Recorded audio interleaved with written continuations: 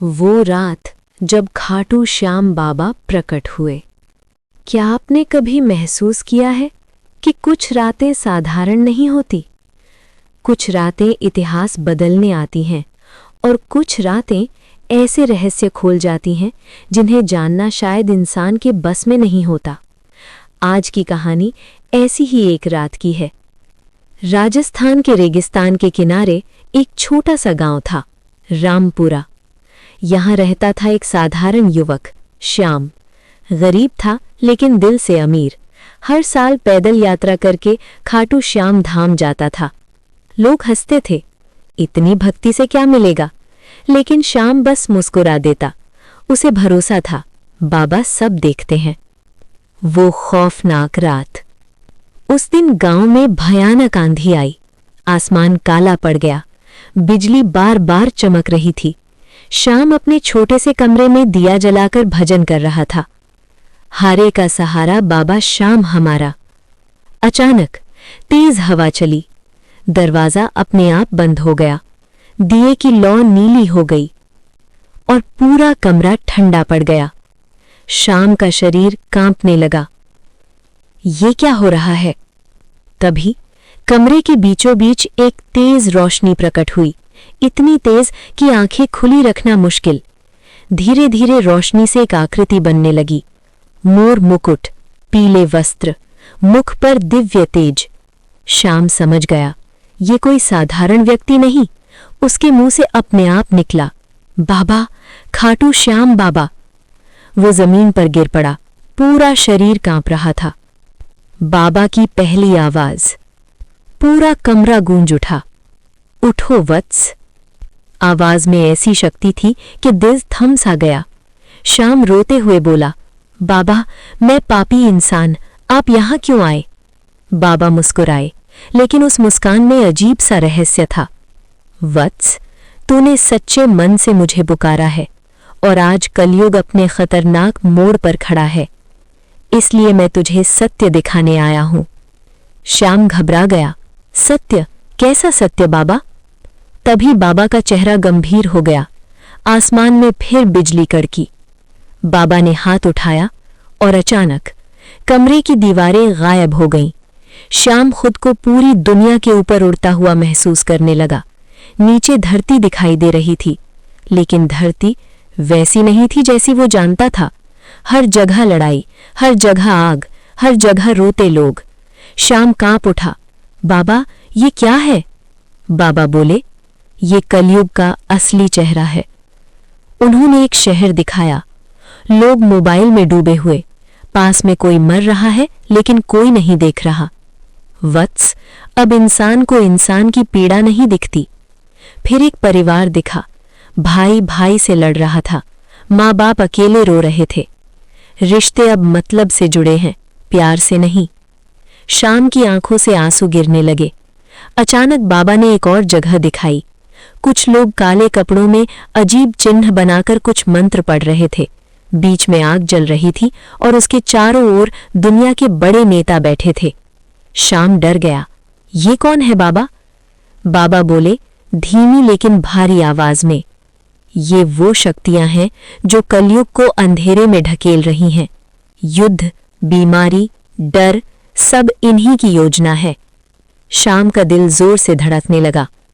फिर अचानक सब खत्म हो गया। एक तेज रोशनी हुई।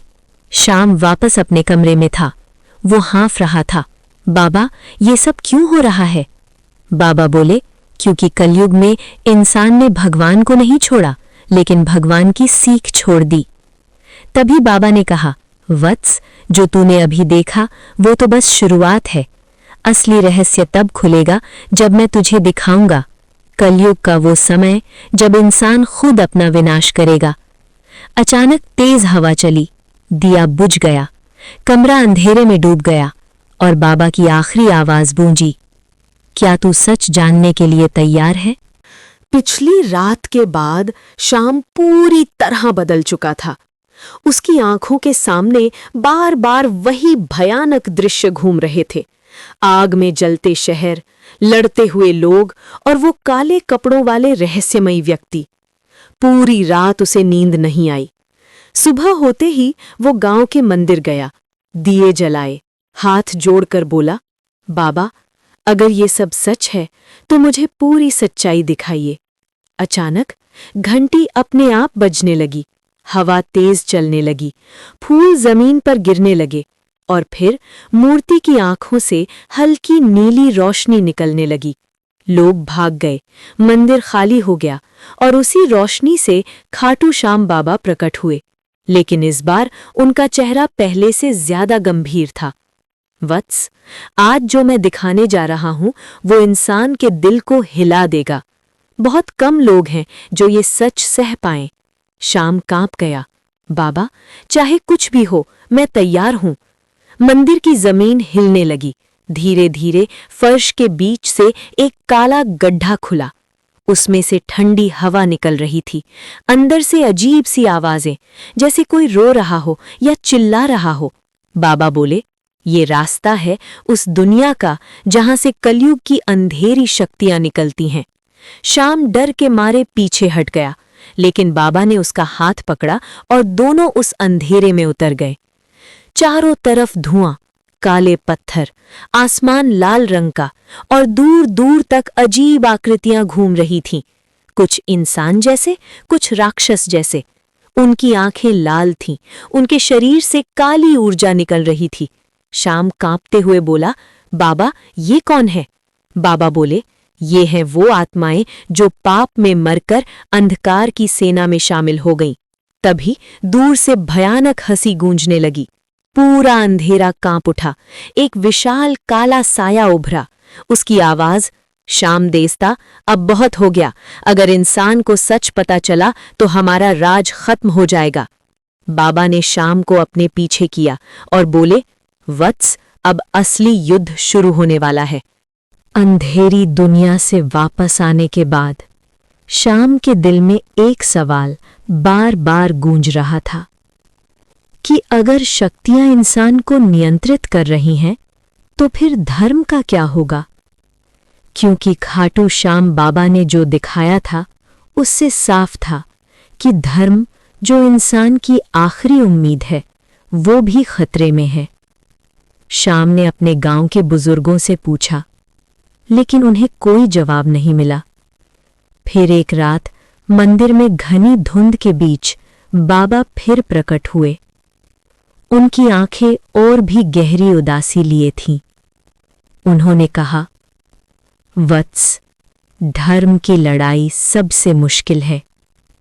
बाबा ने बताया, धर्म को तोड़ने की सबसे बड़ी चाल ये है कि लोगों को धर्म का असली मतलब ही भुलवा दिया जाए। लोग मंदिर जाते हैं पर दिल से नहीं, भक्ति करते हैं पर स्वार्थ के लिए। धर्म को सिर्फ दिखावा बना दिया गया है। श्याम ने बाबा के साथ मंदिर के अंदर एक छुपा हुआ कमरा देखा। वहां कुछ लोग नकाब पहनकर धार्मिक ग्रंथों को जलाते हुए दिखे। वो ग्रंथ जो कभी इंसान को सही राह दिखाते थे। और ये लोग थे, बाबा ने कहा, ये लोग धर्म का इस्तेमाल सत्ता पाने के लिए करते हैं। धर्म को बांटना, धर्म को लड़ाना, धर्म को बेचने का जरिया बना दिया।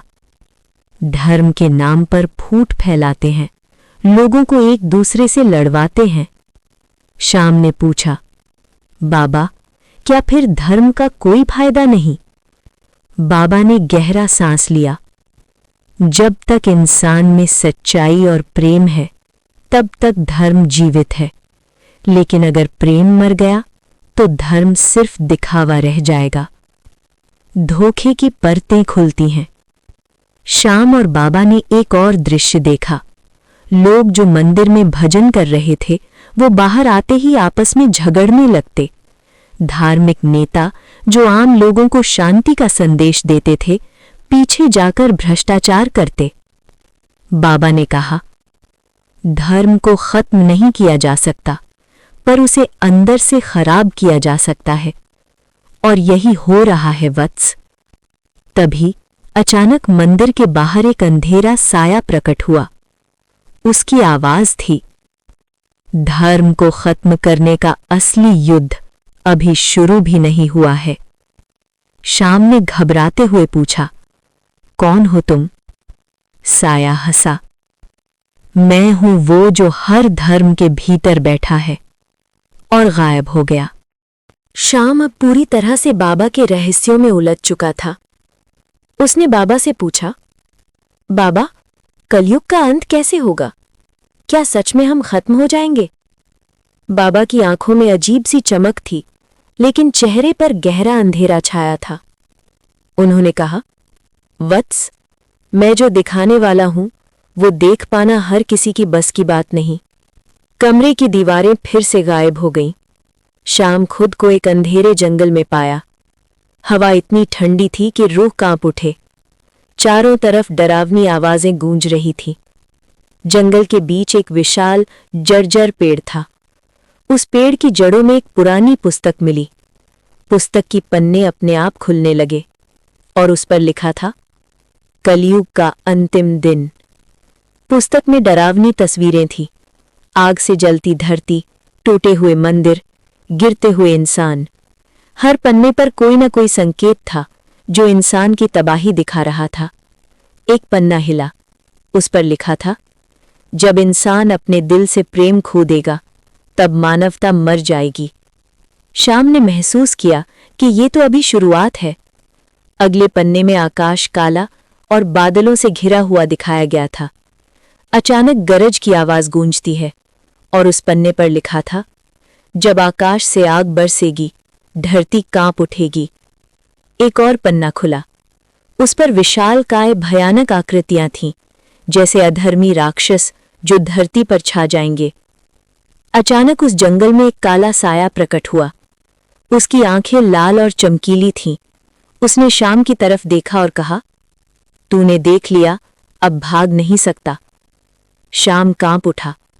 तभी बाबा की आवाज गूंजने लगी, वत्स, ये साया है पाप का, जो कलयुग में सब कुछ निगल जाएगा। पुस्तक में आखिरी पन्ना खुला। उस पर लिखा था, जब दुनिया का अंत आएगा तो धर्म और अधर्म के बीच आखिरी युद्ध होगा और तभी प्रकट होंगे कल की अवतार। अचानक जंगल के पेड़ हिलने लगे।